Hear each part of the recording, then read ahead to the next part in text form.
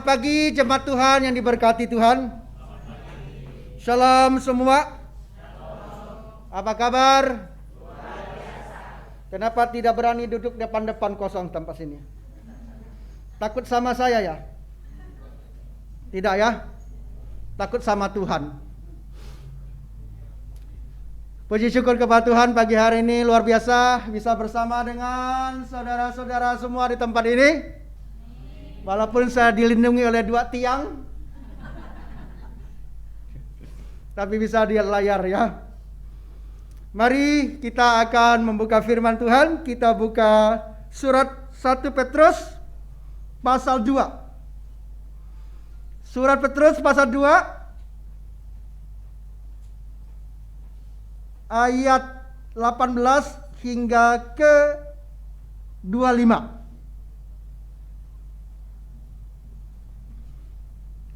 Mimbar Cibinong lebih tinggi.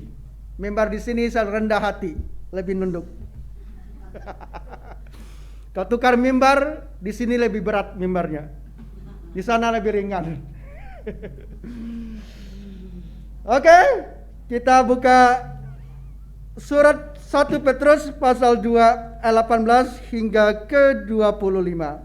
Saya ayat genap, saudara-saudari jemaat semuanya ganjil. Penderitaan Kristus sebagai teladan. Hai kamu hamba-hamba, tunduklah dengan penuh ketakutan kepada Tuanmu, bukan saja kepada yang baik dan peramah, tetapi juga kepada yang begis.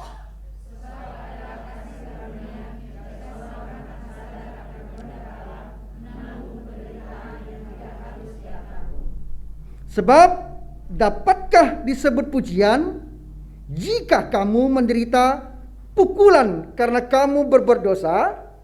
Tetapi jika kamu berbuat baik dan karena itu kamu harus menderita, maka itu adalah kasih karunia pada Allah.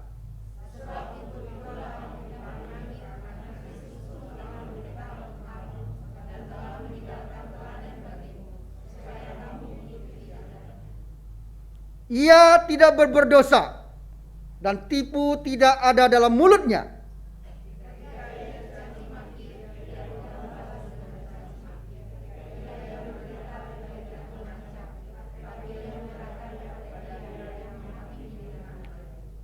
Ia sendiri telah memikul dosa kita di dalam tubuhnya di kayu salib, supaya kita yang telah mati terhadap dosa hidup untuk kebenaran. Oleh bilur-bilurnya kamu telah sembuh.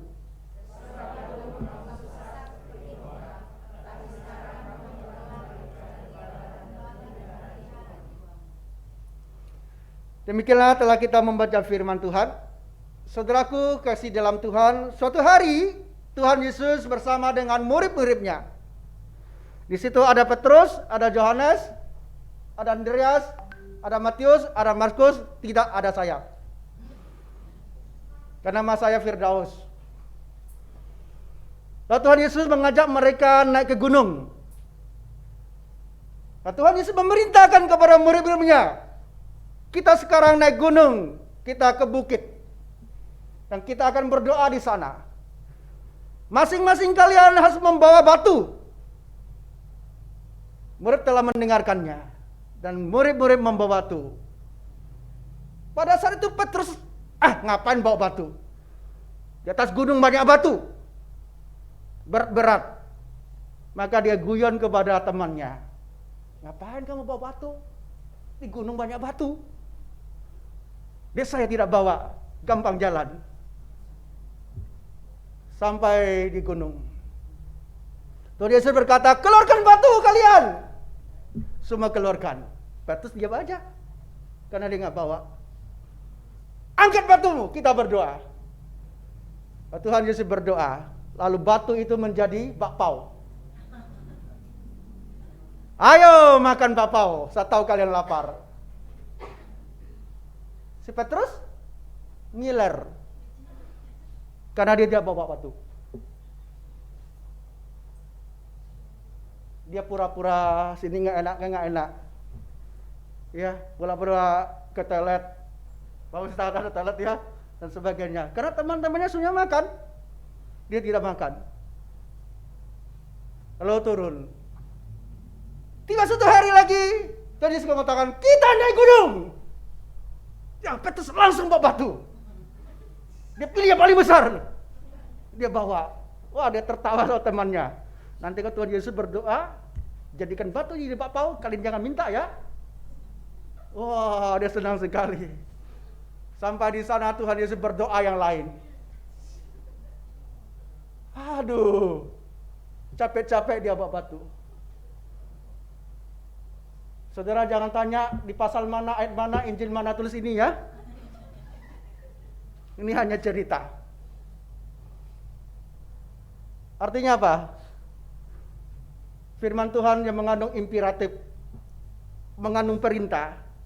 Patut kita patuhi, jalani, tunduk pada perintah Tuhan.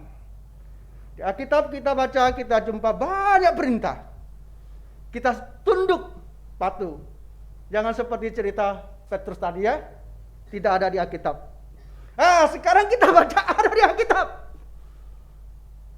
Petrus mengirim suratnya secara khusus, dia mendorong orang Kristen, penerima suratnya, supaya hidup sebagai komunitas yang minoritas, yang sedikit.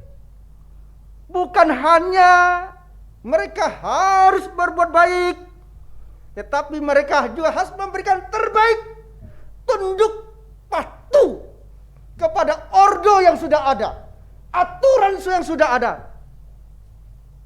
Saudara-saudara, maka kita baca dikatakan mereka sebagai budak, saudara-saudara.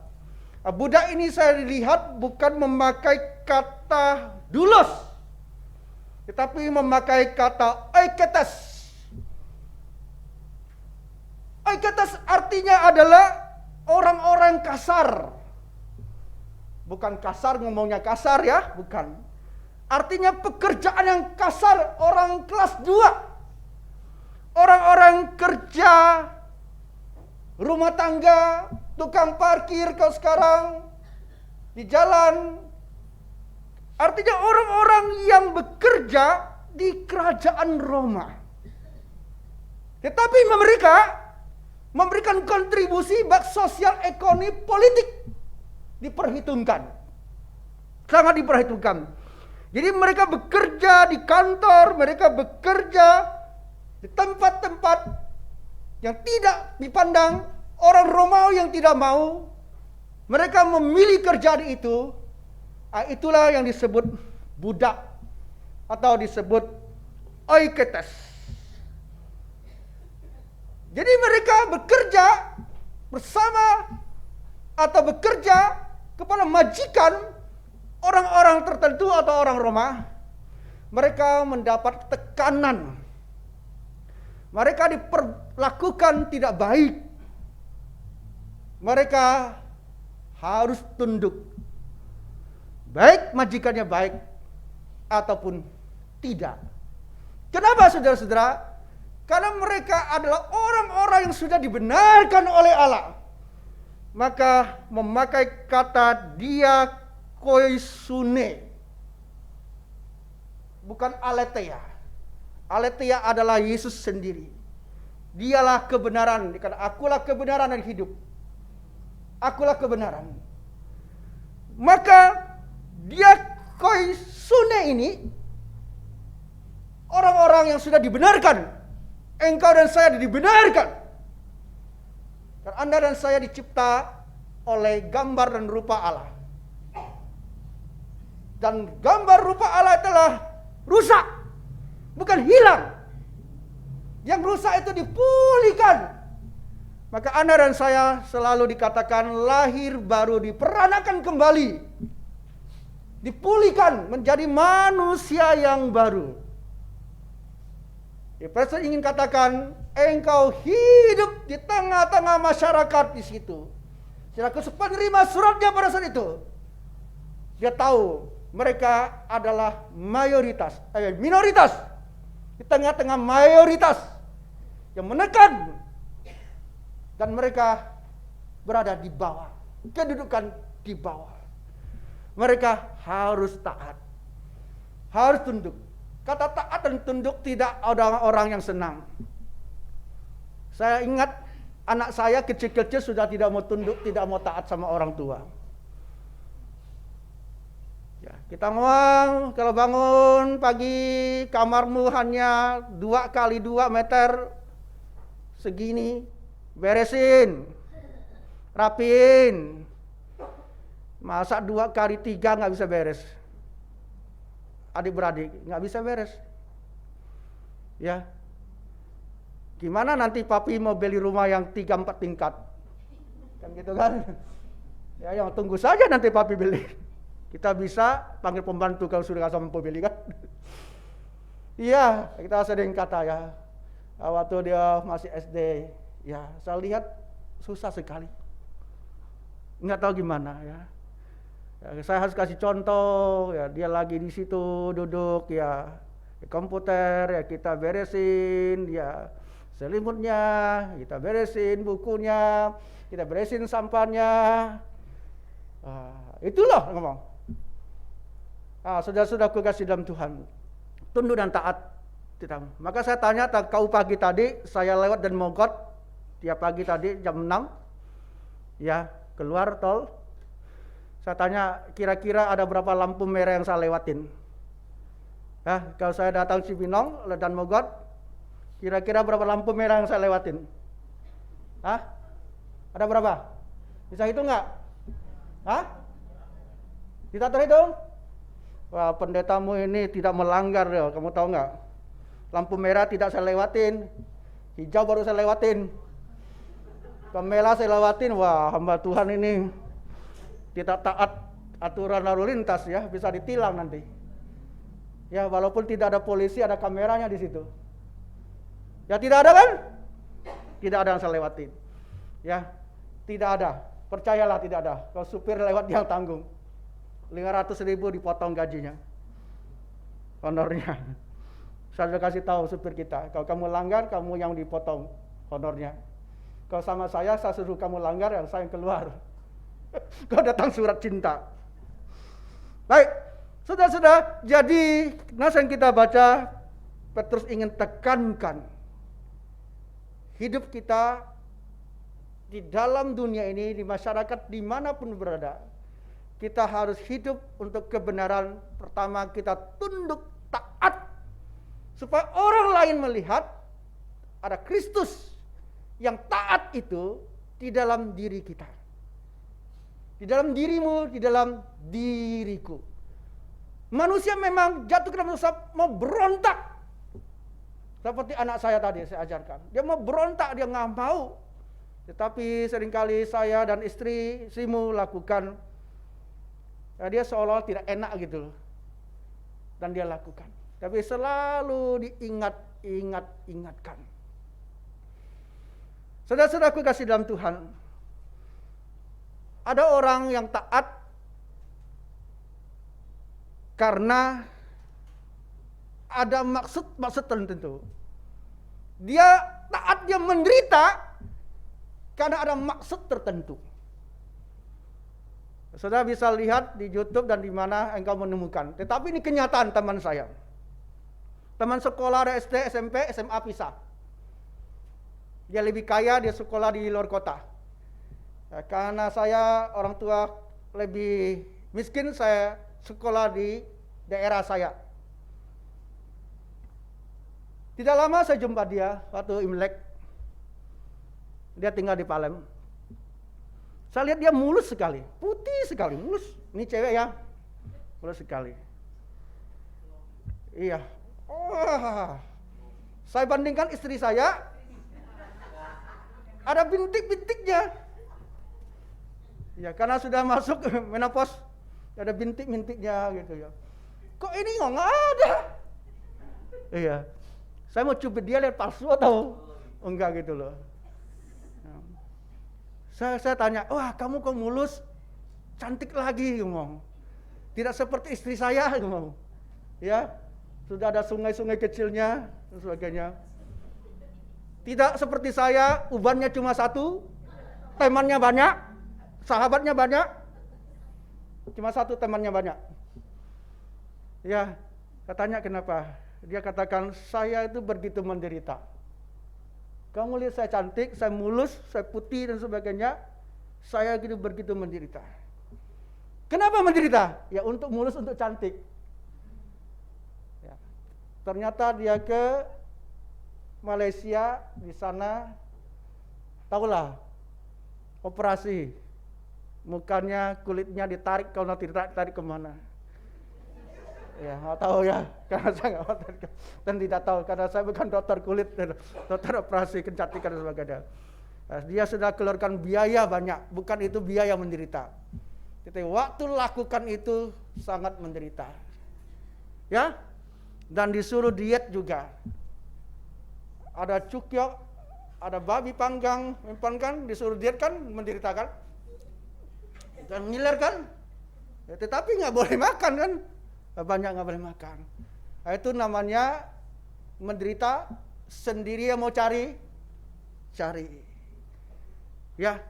Tapi Tuhan katakan, firman Tuhan katakan engkau menderita untuk kebenaran, bukan untuk bukan melakukan dosa. Bukan melakukan dosa engkau menderita. Saudara-saudara, saya tidak ngomong saudara saya ini, teman saya ini bukan melakukan dosa, tidak. Tidak. Ya, karena semua orang mau cantik kan, mau ganteng kan, masa nggak mau? Iya, jujur gitu loh. Ya, saya juga mau ya, saya juga mau ganteng, mau jujur ya, mau cantik. Mana siapa yang tidak mau sih? Ya, contohnya hari ini saya milih baju apa, kan? Oh, ini Prapaskah, harus pakai yang ungu. Gitu kan? Ya pastilah ya, pasti. Baik. Petrus ingin tekankan penerima suratnya yang pertama tadi, engkau hidup di tengah-tengah minoritas. Engkau harus tunduk, harus taat. Bukan saja engkau bekerja di satu perusahaan, bosmu jahat atau baik, engkau harus tunduk, harus taat. Karena engkau telah dibenarkan oleh Tuhan. Dan kita harus menjadi saksi di tengah-tengah mereka, supaya mereka melihat kita, melihat Yesus. Orang Kalimantan, tempat saya tinggal, satu daerah, itu banyak sungainya. Sehingga mereka mengatakan bahwa tempat saya orangnya pembohong. Banyak sungainya, Antokong. Itu ATM. Antokong Mojong katanya. Banyak bicaranya. Sehingga dia berkata kepada saya, itu kalau kamu di Jawa itu banyak sungainya. Kadang-kadang hanya 1% dapat dipercaya, sisanya 90% tidak bisa. Saya katakan saya lahir baru, sudah jadi Kristen, sudah jadi pendeta, bukan Antokong lagi. Ya saudara-saudara, maka kita hidup di tengah-tengah tekanan, himpitan. Kita harus menjadi garam dan terang. Saya masuk di Murakarang, kenal satu bapak, saya panggil dia Koko. Waktu itu dia berumur 50-an. Dia kerja di satu perusahaan biji plastik. Dia katakan, saya sangat menderita. Loh, kayak gini kok menderita? Ke rumahnya nggak tahu mana ruang tamunya, nggak tahu di mana ruang tamannya, nggak tahu keluar dari mana. Kenapa menderita? Yang setiap pagi saya ke kantor harus memanggil seseorang yang umurnya 24 tahun. Saya panggil dia, Pak, selamat pagi Pak. Saya 50 lebih umurnya, dia 24. Siang mau makan? Pak, permisi Pak, jam makan Pak, kita makan. Pulang dia harus panggil lagi. Pak, ya paling tidak 1 hari saya panggil dia 3 kali. Di tempat parkir jumpa dia. Pak, Orang itu sebetulnya sudah anak saya, dia panggil saya Pak. Bukan sehari panggil dia Pak. Lu bayangkan katanya. Coba bayangkan katanya. Ya, karena apa? Karena itu pemilik perusahaan. Iya, direktur di situ. Dia jalankan. Kenapa kamu tidak mau keluar, tidak mau kerja di situ? Ingat anak saya 2 masih kuliah di Amerika. Dia katakan. Dan bukan karena anak saya kuliah di Amerika perlu biaya, saya tetap bekerja di situ. Tetapi saya orang Kristen. Saya anak Tuhan. Kalau perusahaan punya ordo demikian, punya susunan tingkat demikian, saya tunduk dan taat. Nah, saudara-saudara, yang kedua, Petrus ingin kasih kita tahu dan memberi kita tahu. Contohnya ada Yesus. Teladan yang sempurna adalah Yesus. Adalah Tuhan kita. Ada Kristus. Dia satu-satu contoh yang patut kita contoh, kita teladani. Kalau nabi-nabi ada sisi gelap, manusia ada sisi gelap. Tetapi Kristus yang kita kenal, yang kita percaya Tuhan kita, dia satu-satunya teladan kita yang sempurna. Dan dia menjelaskan bagaimana Tuhan Yesus hidup di tengah-tengah dunia ini. Bagaimana Tuhan Yesus merendahkan hatinya. Dia datang ke dalam dunia ini. Dan dalam pelayanannya, dalam pergaulannya, hubungannya dengan pemerintahan Roma dan sebagainya. Waktu dia cacamaki, waktu dia difitnah, waktu dia dipukul, waktu disalib, waktu dipukul, waktu diadili, dia tunduk. Dia telah menerima penderitaan karena kebenaran. Dia telah memberikan contoh. Saudara dan saya itu sebenarnya tidak bisa banding dalam hidup dunia ini.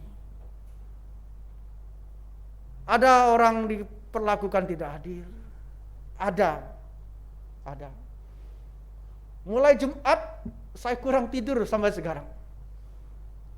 Karena ada jemaat yang satu rumah sakit POM, pusat otak, Kramat Jati. Yang satu di rumah sakit pemerintah di Bogor. Yang sakit ini jemaat kita. Anaknya jemaat kita. Jadi yang satu ini orang tuanya, bapaknya mati, suaminya mati sekarang. Yang satu di Filemon, yang satu di Sentra Medika.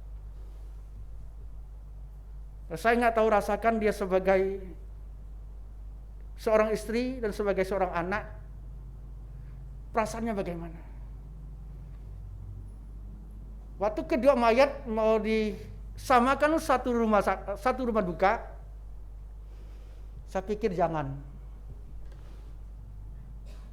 Ya, tapi keluarga mengatakan ya jangan. Jadi pisah. Sebenarnya kalau sama sih nggak apa-apa. Ya, nah, tapi saya lihat kalau saya alami bagaimana ya. Hanya sekitar 8 jam. Orang tuanya, bapaknya meninggal, baru ambulan bawa masuk rumah duka, dengar kabar suaminya dipanggil Tuhan. Nah, saudara-saudaraku kasih dalam Tuhan, saya yakin dia kuat karena firman Tuhan, karena Roh Kudus yang ada.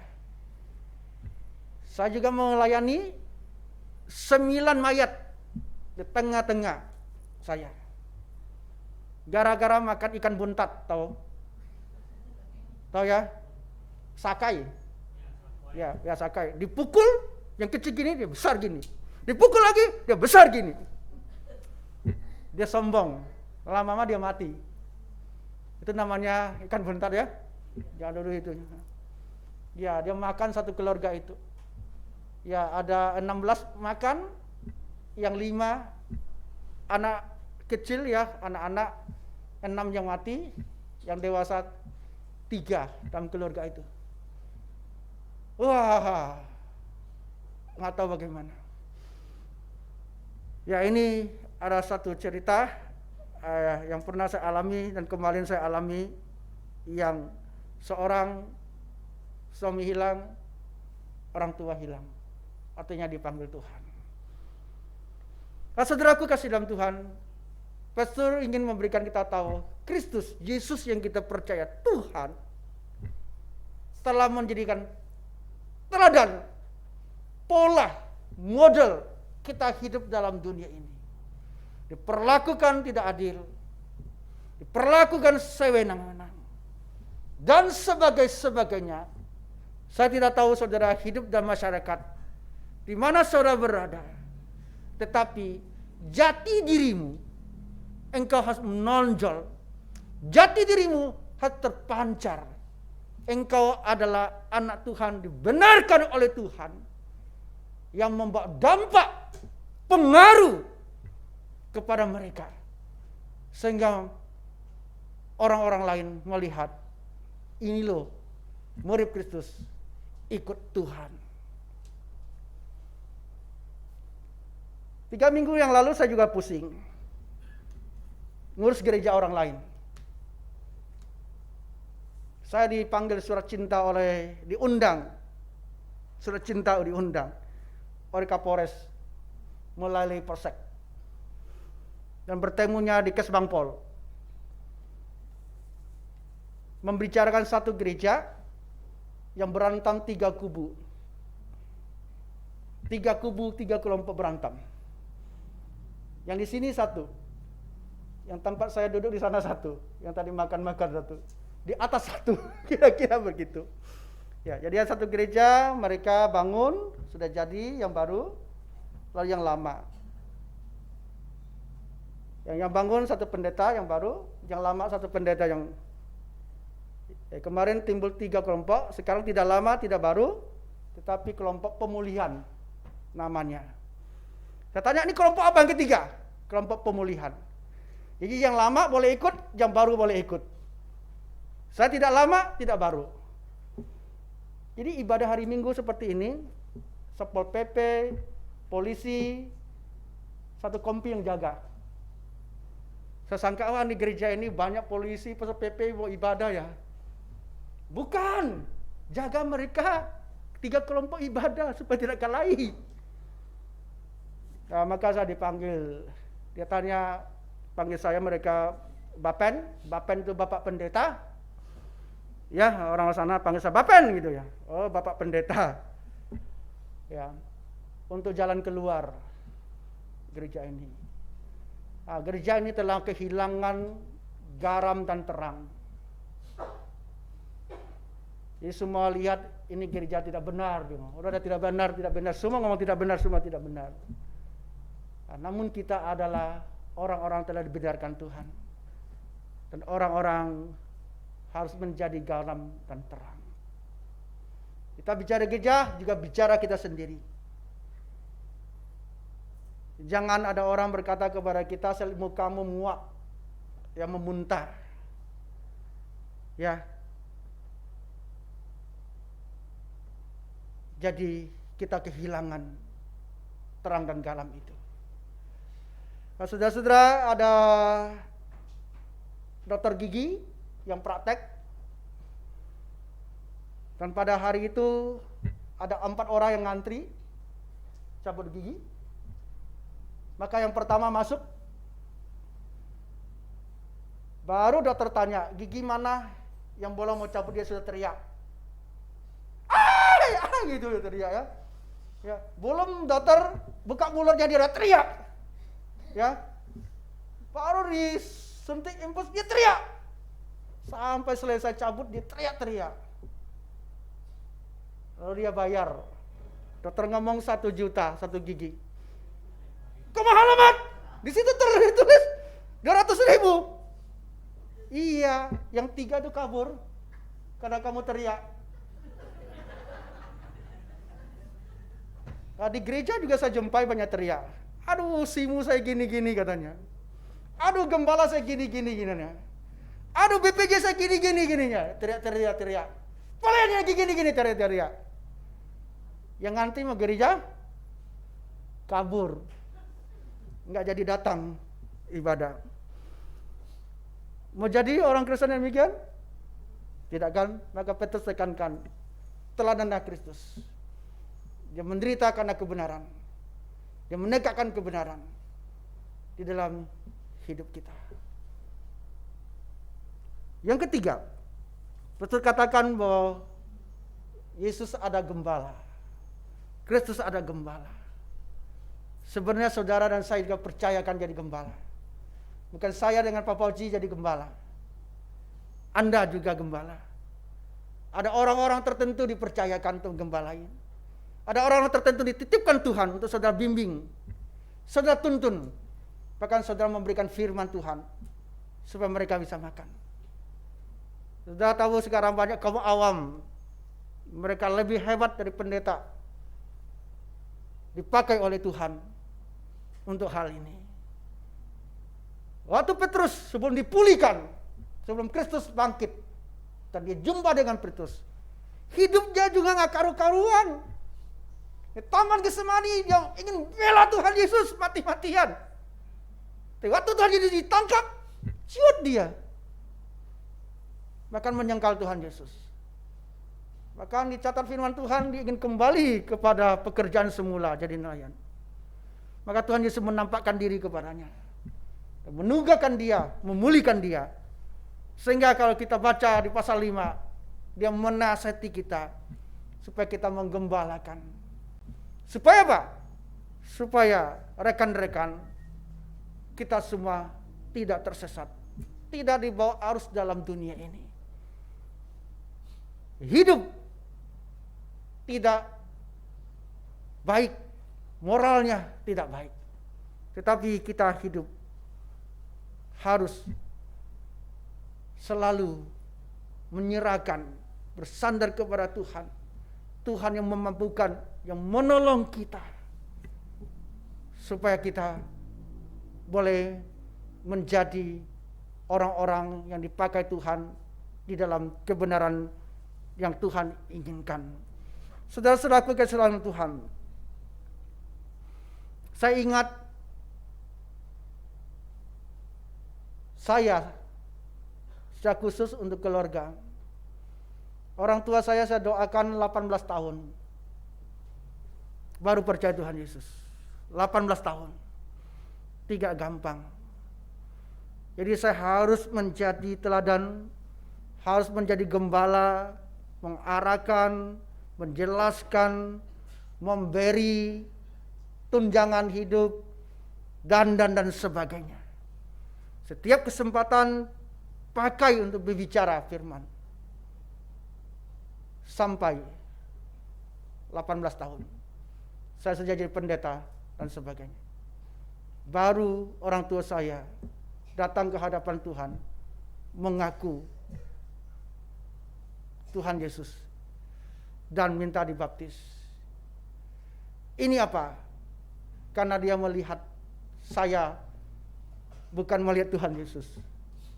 Melihat saya berarti dia melihat Tuhan Yesus.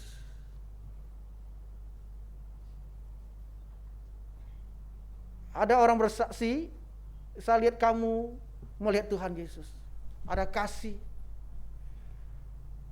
ada rela berkorban, ada buah-buah dari sifat Roh Kudus terlihat nyata di dalam kehidupan kita. Maka tugas penggembalaan, saya ingin katakan, bukan hanya pendeta atau penginjil atau siapapun.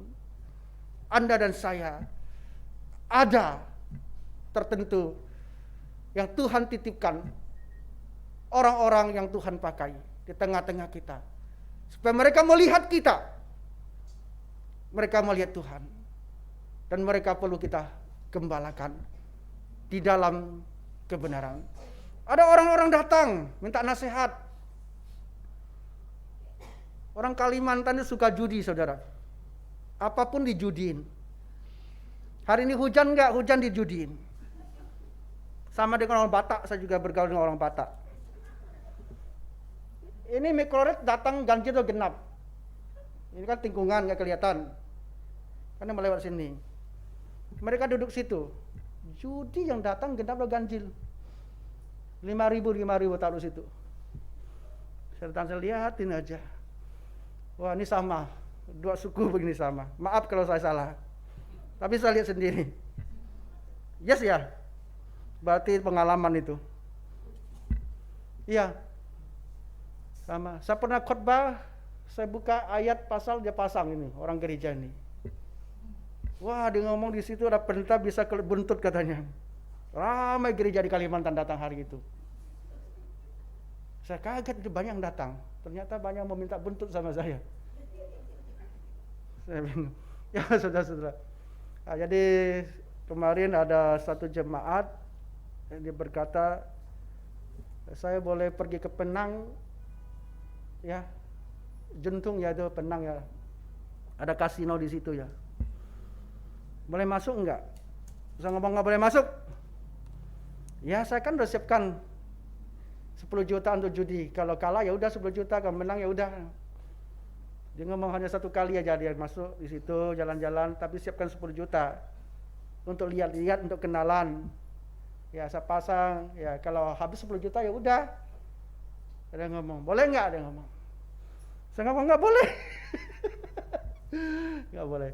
Saya kata, engkau telah bersama keluarga dan sebagainya ke sana berobat, ada jalan-jalan, ya tempat itu tidak baik, memang judi itu tidak baik, jangan engkau.